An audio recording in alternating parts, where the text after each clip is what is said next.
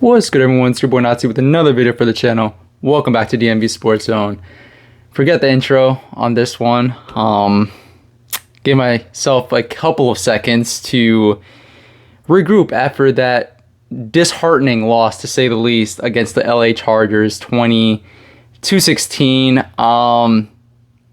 There's a lot to unpack here, guys, in this post-game reaction. First thing I want to say, a pro, right, of this game.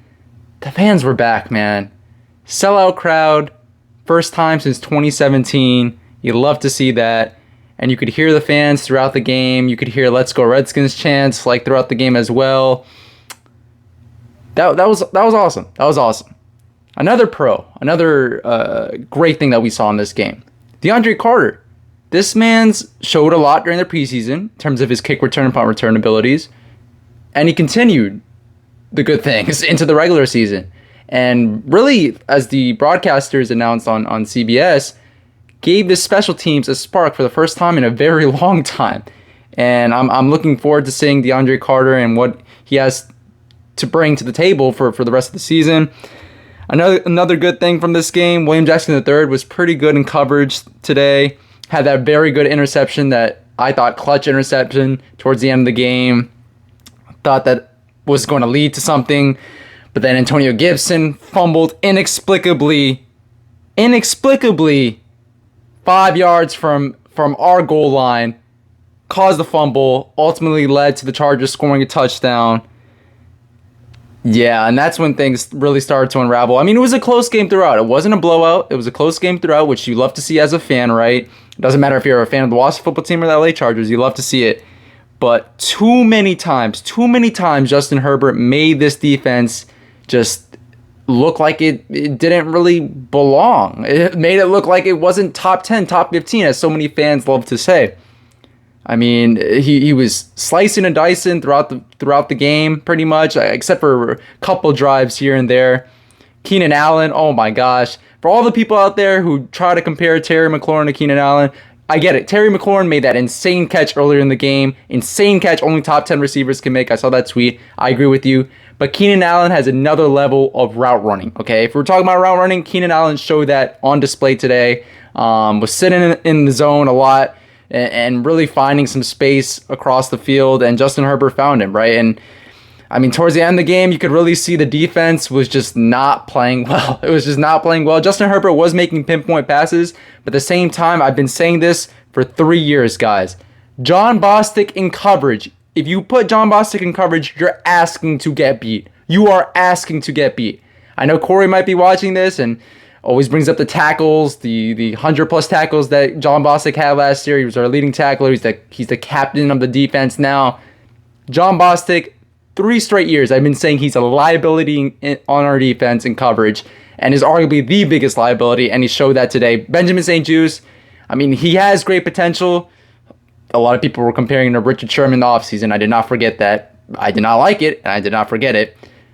But he was getting beat throughout the game today, if we're going to be fair. But he's a third-round rookie. I get it. He's likely to get better. But that wasn't great. Terry McLaurin, I mentioned that big catch. I believe it was in the third quarter. It was a very good catch. I mean, this guy was falling backwards with the defensive back right above him. The ball went through the defensive back's hands. Terry McLaurin caught it, toe drag swag, 2 feet in the field of play, and it was an amazing catch. But outside of that, I mean, there was a couple catches. But Terry wasn't getting that involved much. I don't think he had any catches in the first half, which is absolutely inexplicable, right? The offensive line was not great today at all. I hate to say this because I know you guys hate when I say this because it feels like it's been going on for 2+ years, but we should have kept Trent Williams. Last year, the left tackle situation, I know everybody loves to say Cornelius Lucas was pretty good. He was pretty good, but over the last 2 years, our left tackle play specifically has been very, very inconsistent. Today, Charles Leno was the reason why Ryan Fitzpatrick was out of the game, was injured on that play, right? That defensive end, I believe, rushed the passer, and Charles Leno just let him pretty much get free to the quarterback. And ultimately, that's what led Ryan Fitzpatrick to not even last a half. not even last a half in his Washington football team tenure before he was out with an injury. And then in came Taylor Heinicke. I'm not going to lie. Taylor Heinicke showed some things. I posted this on Twitter. Forget Fitzmagic.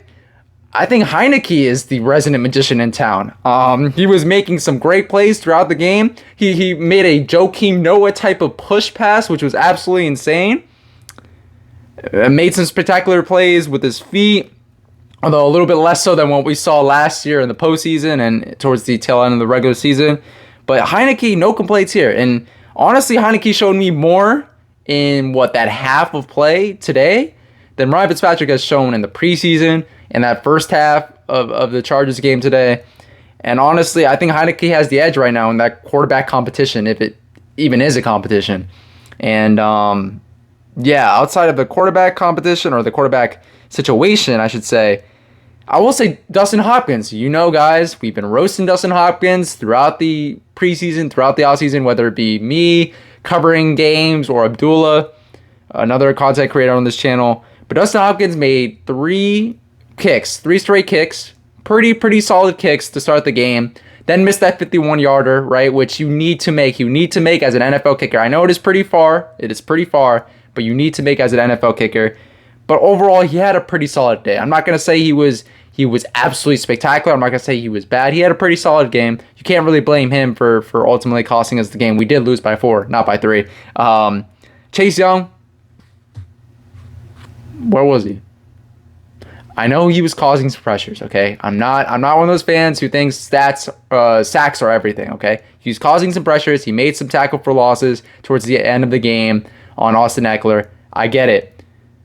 But I told you guys going into this game on, I believe, last week's Watch the Football weekly live stream, Rashawn Slater was going to hold his own against Chase Young. Okay, I know Chase Young was on the right side occasionally of the defensive line and on the left side, so we got a good dose of Bulaga before I believe he got injured, and Rashawn Slater. But the Chargers offensive line was legit. I said that. I said that on the stream. Rashawn Slater, Corey Linsley, Brian Bulaga. That's 3 studs. 3 studs, although Bulaga is getting up there in age. And Chase Young, Montez Sweat, I mean, they weren't really able to cause that much pressure. The whole defensive line wasn't really. I mean, where was Deron Payne? Where was Jonathan Allen?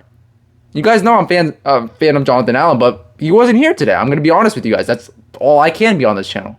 Montez Sweat did cause that one pressure that, in my opinion, was an incomplete pass by Justin Herbert. But we got lucky. The refs actually gave us one and called it a fumble. And Montez Sweat, he was pretty good. But it was not enough pressure by this defensive line. Okay, I know the Chargers offensive line is much improved, and they're probably going to be top half, if not top 10 this year. But we are allegedly the best defensive line in the league. We need to show it week in and week out. There are some weeks, over the last 2.5 years really, there's some weeks where we show it, there's some weeks when we don't. We need to be more consistent. That's what's going to take us from a top 5 stats defense, right, in 1 year to a consistently top 3 defense with this young core that we have on that defense right now. The defensive backs, I mentioned William Jackson III. Kendall Fuller had a terrible game. He had a terrible game. I hate to say it, he's a Hokie, and I was a fan of him. I mean, we all saw what he did in that first four-game stretch last year. I mean, or 5-game stretch. He had 4 picks in like 5 games. It was absolutely insane. That Giants, I always remember that Giants pick and at the end of the end zone. It was crazy. But since that stretch, he's been bad. He's been pretty bad. I mean, there's been spurts where he's been mediocre, but at least today, he was not good. He was not good. He was up there with Benjamin St. Juice as guys that might have cost us the game, to be honest. Cameron Crowell, very, very good. He had good coverage. He made some good tackles today, so no complaints there with Cameron Crowell. Was pretty good today. What else? De'Ami Brown didn't really show too much today, although he did draw a pass interference at the very beginning of the game. But, I mean, that was it. Everybody was like, oh, De'Ami Brown's going to get fed today. He did not get fed. Did not. Terry didn't either, to be fair. But, yeah, guys, it was a tough loss. I'm not going to lie. It was a tough loss. I did go back and forth. I believe on one stream I said the Chargers might win, and then on another stream I said Washington might win. I think that was the most recent one, so technically that was my prediction. But it was a tough game. didn't. This wasn't surprising that the Chargers won. You guys know how high I am on Justin Herbert. All those people out there who are talking about how the Chargers were going to come out rusty. Guys, no, they were never going to come out rusty. You know why? Because they have Justin Herbert. He's going to be a top 10, if not top 8-ish quarterback by the end of the season. He is spectacular. We saw that today. Okay, although our defense had lapses, and they are to blame for a lot of the miscues today, Justin Herbert is amazing. He's amazing. And that with the Chargers offense, with Staley as well as the new head coach, coaching up that defense, they're going to be good. Speaking of that defense on the Chargers, Joey Bosa, I mean, he gifted us 2 roughing the passer penalties. I feel like he was playing dirty towards the end of the game because Kyle Allen wasn't even, I believe, even prepared. Right? I don't think he was even active actually for this game. So if Taylor Heineke went out, I don't know, maybe Logan Thomas would have been the next guy up at the quarterback position. So I feel like Joey Bosa was playing a little bit dirty towards the end of the game. But aside from that, he gave us 2 roughing the passer penalties, and we couldn't do anything with it. I believe we had 1 touchdown today. 1 touchdown. That's pitiful. That's pitiful. Our offense has not been good. Our offense has not been good. Not been good since 2017, in my opinion. Since 2017. We need to put points up on the board. Okay? We need to put points up on the board. I think Taylor Heineke did show some things. He did show some things towards the end of the game, and I think he will continue to show that on Thursday, actually, against the New York Giants. Very short week. But we need to put points up on the board, and our defense needs to play better. This is week 1. I'm not going to overreact and say our defense is overrated. We're not going to be a top 5 defense, top 10 defense. I think we'll find our way into the top 10. But we need to play better defense. We need to play better offense and just play better collectively, guys. We need to play better collectively. Gibson cannot fumble inside the 5-yard line, okay? And that's coming from someone who might have been the most high on him coming out of the draft. So, but yeah, that's it for this one, guys. This is a downer reaction. I can't really say anything about it. Thank you guys so much for watching. Please make sure to like, comment, subscribe to the DMV Sports Zone channel. We're trying to post fire content. Instagram page, all lowercase DMV Sports Zone. Twitter page at DMV Sports Zone. And hopefully we actually start off. We actually start off week 2 of the NFL season, because we're the first game, with a win against the New York Giants. Right? Hopefully, fingers crossed. Peace.